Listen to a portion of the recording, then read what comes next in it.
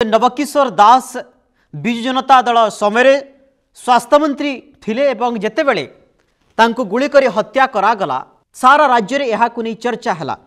तांको पुओ विशाल दास एवं झियो दीपाली दास।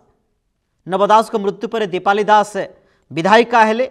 विशाल को ऊपर मध्य अनेक दायित्व बढ़िला, किंतु विशाल केवे भावी नथिबे जे बापांको देहांत परे मते थाना को जीवाकू पड़िबो एवं थाना परिसर रु हाथ जोड़िबा पई पड़िबो।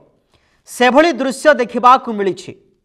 कहा जाए जेतेबेले बड़ बड़ घरर पुओ झियो माने एओएस करंती मजलिस करंती तांकू किछि फरक पड़े नाही, किंतु परिवर्तन समय रे एमिति से माने छंदी होई जांती।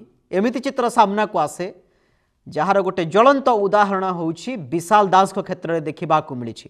ए बाबद रे आज आलोचना करिबा।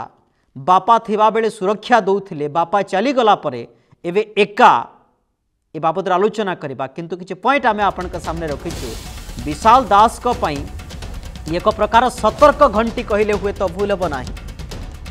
केबे थाना जाऊ नथिबा विशाल को पई ये शिक्षा की विशाल थाना को जीवा कौन दर्शाउछि। सरकार परिवर्तन होइछि, ए दिगरे मध्ये ध्यान देबा पई पड़िबो। बापा थिबा बेले बिंदास जीवन कालितीपात करुथिले विशाल।